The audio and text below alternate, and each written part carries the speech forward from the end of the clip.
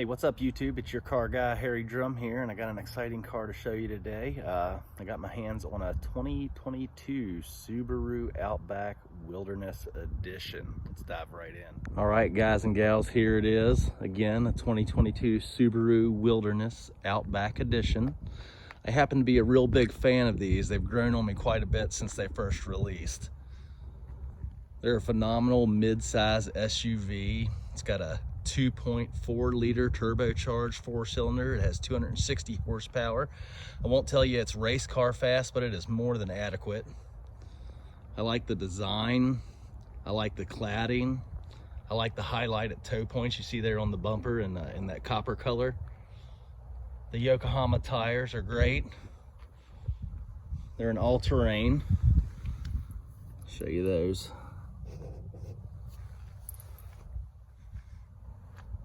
Not to mention, some people are like, well, I'm not crazy about the cladding, but it's made to protect you. So like if you're doing some more off-road stuff, you're not dinging up your paint and costing yourself money.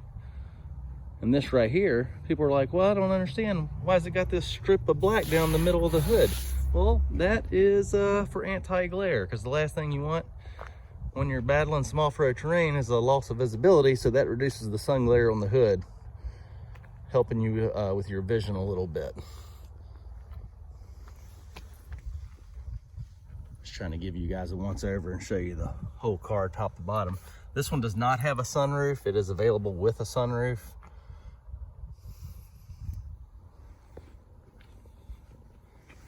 Let's dive in and I'll show you the inside. All right, guys, we're gonna work our way from back to front on this one. So this one does have an auto lift gate. All right. So just hold down on the trunk button and that'll open up this massive storage area here. And unlike a lot of midsize SUVs that seem to lack in the storage compartment, these Outbacks have a ton of room. You get those rear seat back protectors there. It's like a rubber coating for the back of the seat to protect you. And if you just drop your seats, if you're not carrying passengers, I mean, you can haul a ton of stuff in these things. All right, let's jump in and check out the back seat. I've adjusted the driver's seat to my driving position. I'm 5'11". You got plenty of leg room back there, plenty of car seat room because these seats set back a little ways. I'll go ahead and hop in. And I just have more than enough room. My head is not hitting the roof. And it's just great. I think the inside of these, especially the Wilderness, look fantastic. I like the copper colored stitching. You can see up in there the copper color accents that come on it. That's specific to the Wilderness line. These seats, if you can see, it's not a cloth, it's called StarTex. It's really great. It's made from recycled material and it's stain and like water resistant. I think a lot of thought went into the design of the Wilderness Edition, and it really shows. It pays off. In the back of this one, you got rear heated seats, and then you get your own vents for the back so your passengers can remain as comfortable as you are in the front. Let's jump in the front. So the copper colored stitching runs from the back into the front, as you can see. It's covering the whole car. It looks fantastic. You get a little Subaru Wilderness tag there. The Wilderness floor mats, those are a little dirty because I've been in and out of this thing all day. StarTex seats in the front, same kind of stitching. They look really great. And then of course you get that in the headrest, and I think that looks fantastic too. All right, it's a push button start, so I just got my little key fob on me here. I'm gonna jump in, foot on the brake, touch the button. It's gonna fire everything up. 11.6-inch display. You pretty much, all your car functions are right there, minus just a couple. You got a front view camera here, electronic parking brake, all your cruise control / eyesight controls here for making interstate driving a breeze.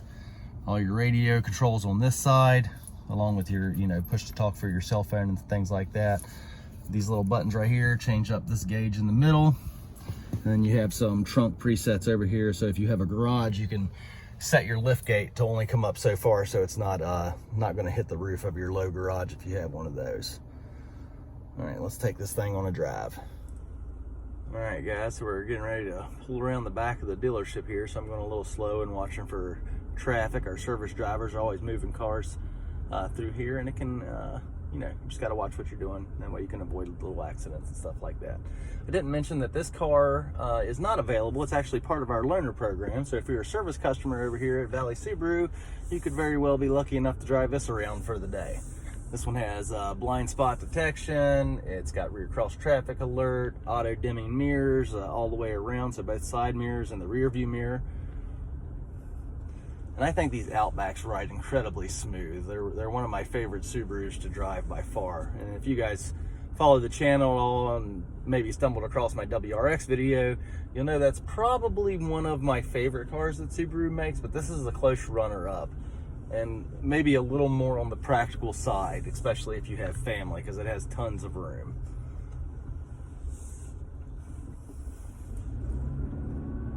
So the new Subaru WRX coming out in 2022 is going to sport the same engine, of course geared a little differently. It's going to be geared more for sport, where this one is, its gear ratio is a little more tuned for off-roading, because that's where the Wilderness line is aiming. But the 260 horsepower engine, I mean, is just more than adequate. I mean, a little throttle stomp there and I was already up to 50 in no time. Of course, I was rolling. That was from about 20 mile an hour to 50 mile an hour in just a second or so. It's a very quick car. Again, it's not lightning fast. It's not made to be that, but it's more than enough for any of your everyday needs.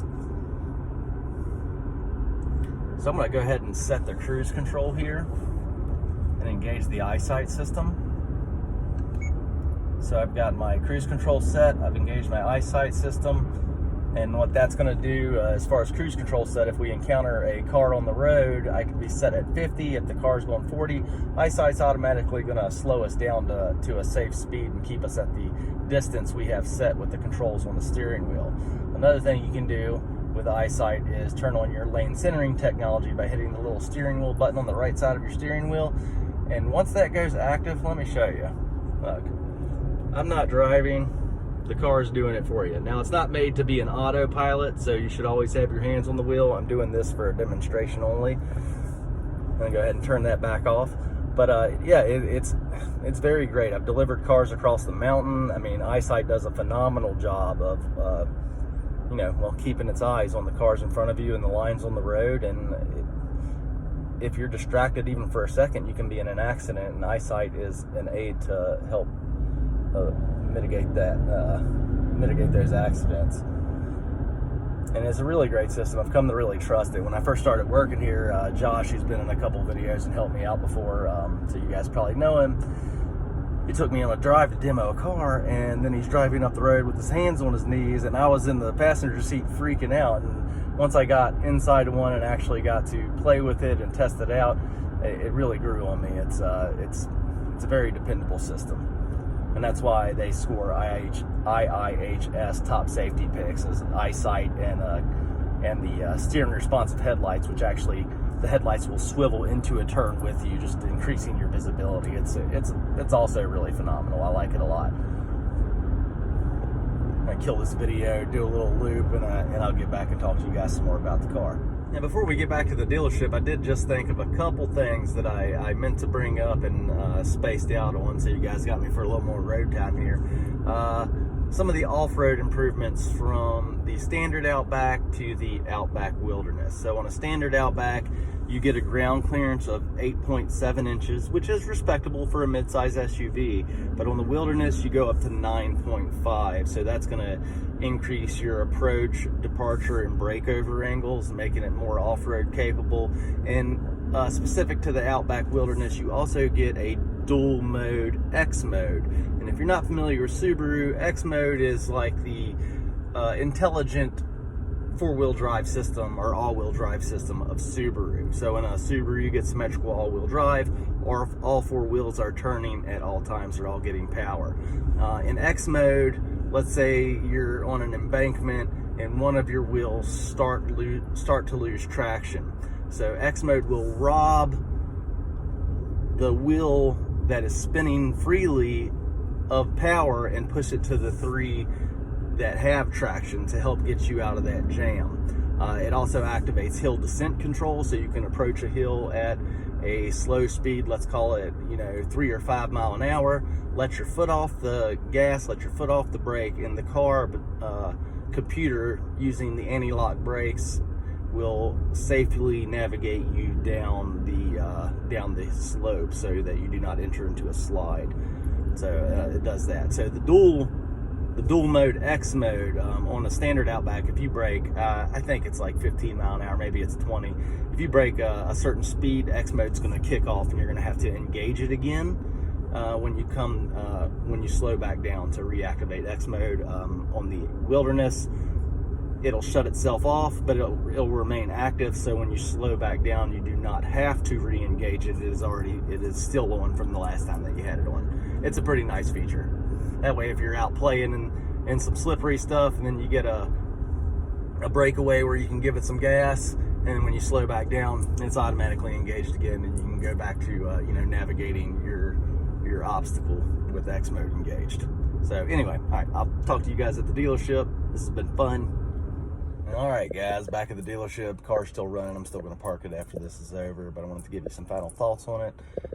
When you think of midsize SUVs, you often think of, something a little more top-heavy, a little more on the, I don't know a good word, clunky side. Like, have you ever drove a 4Runner or a Jeep, and it feels like you're in a machine designed to be off-road? Well, the Outback is very different in that sense, because it feels like you're driving, I don't know, like a raised car. It feels really good on the road. It's very solid. It's very planted because of the symmetrical all-wheel drive, and it's very capable off-road. So it's almost the best of both worlds. It's a phenomenal buy. I would certainly consider one of these for family hauling to off-road camping trips, anything, fishing, hunting, whatever you do in a midsize SUV, you can certainly do in an Outback, especially a Wilderness. It's probably my second favorite Subaru. Like I said, they're pretty great cars. And if you guys are interested in a Wilderness at all, we can get them in all day long. Just let me know. Harry Drum, CMA's Valley Subaru.